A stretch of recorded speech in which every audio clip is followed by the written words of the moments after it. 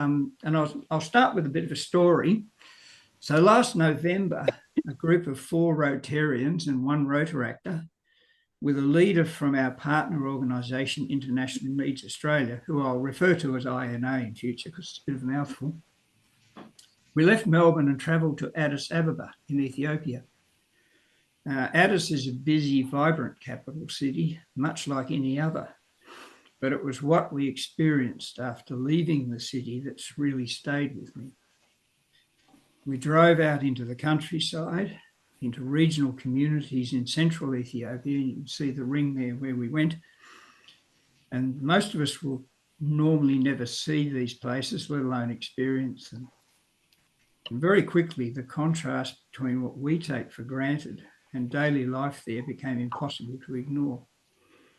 And as we travelled deeper into the rural communities, the needs just became more and more evident. Water wasn't coming from taps. It was being gathered from muddy creeks and shallow pools, or brought home on the back of a mule after an 8 to 10 kilometre trek to a bore. Schools were overcrowded with many rundown classrooms. Most had no toilets at all, or if they did, toilets that were unsafe, smelly, and frankly unusable. So the students went all day without water to drink or simply stayed home, especially the girls. And in households, sanitation often meant no toilet, just a hole dug in the backyard. Open defecation was still widely practiced. And this is normal life for millions of people in Ethiopia. So next slide, please, David. But alongside all that need, we saw real progress. Schools that did have new classrooms with proper segregated toilet blocks, household latrines that were safe and dignified, water points bringing safe water to communities. And in pretty much every one of those places, Rotary and Operation Toilets were there. So change is happening and it was visible, but there is still a long way to go. Next slide, please. So who are we? So Operation Toilets is now known as We Can't Wait. So you'll see us talking about ourselves as We Can't Wait. Although the official name of the incorporated association remains Operation Toilets Incorporated, but we'll be calling ourselves We Can't Wait from now on. It's a project of the Rotary Club of Boxville Central, which exists for one simple reason: because access to safe water, sanitation and hygiene for all can't be delayed. We work with other Rotary clubs, NGOs, partners and communities to improve water and sanitation infrastructure and deliver hygiene education. And the impact is particularly powerful for girls, keeping them in school longer. So again, links a lot with what Ulla was talking about.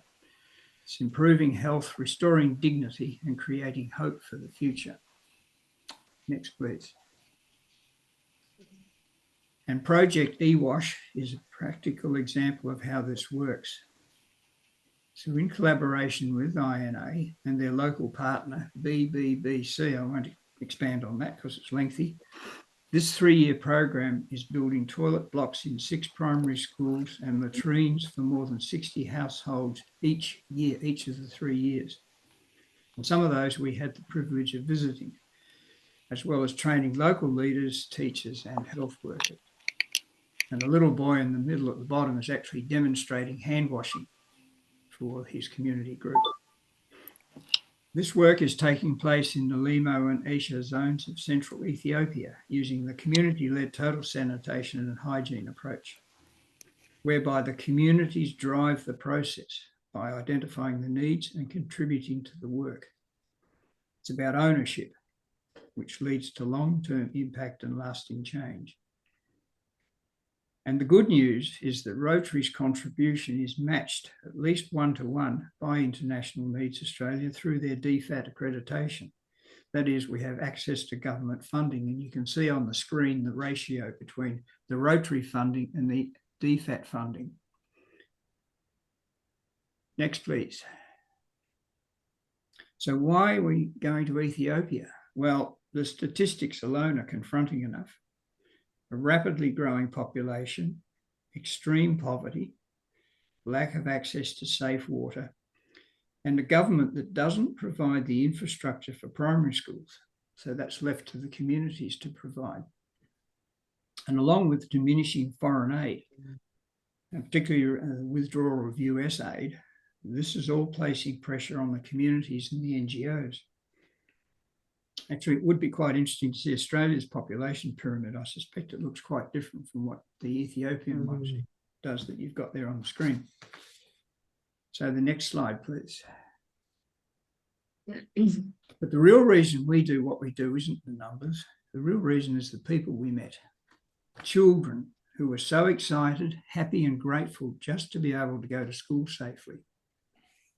They were so spontaneous in their reactions and a little curious, I've no doubt, to see white faces, possibly for the first time. But they also knew we'd helped change their lives for the better, and they showed it. It was at the same time both overwhelming and quite humbling. We met householders who were proud of having a proper toilet for the first time. One householder told us how he had been too ashamed to invite people because he only had a hole in the backyard. But once he got his new toilet, he's now inviting his neighbours to visit so he can show it off to them. And community groups we met were deeply grateful, not just for the infrastructure and training, but for being heard and involved. Next, please. Just as a postscript, in a meeting with one of the community committees, the Water Committee, we learned a diesel-powered pumping system was not being used because the diesel fuel was no longer affordable, thus forcing the community to resort to gathering their water and exposing them to unsafe water. On hearing this, we realised something. Rotary could do something about it.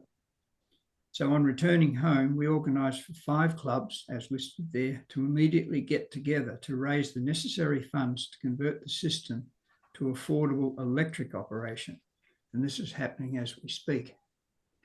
So a project like this Shermo Water Supply Transformer project show what's possible when communities and partners work together and Rotarians take action.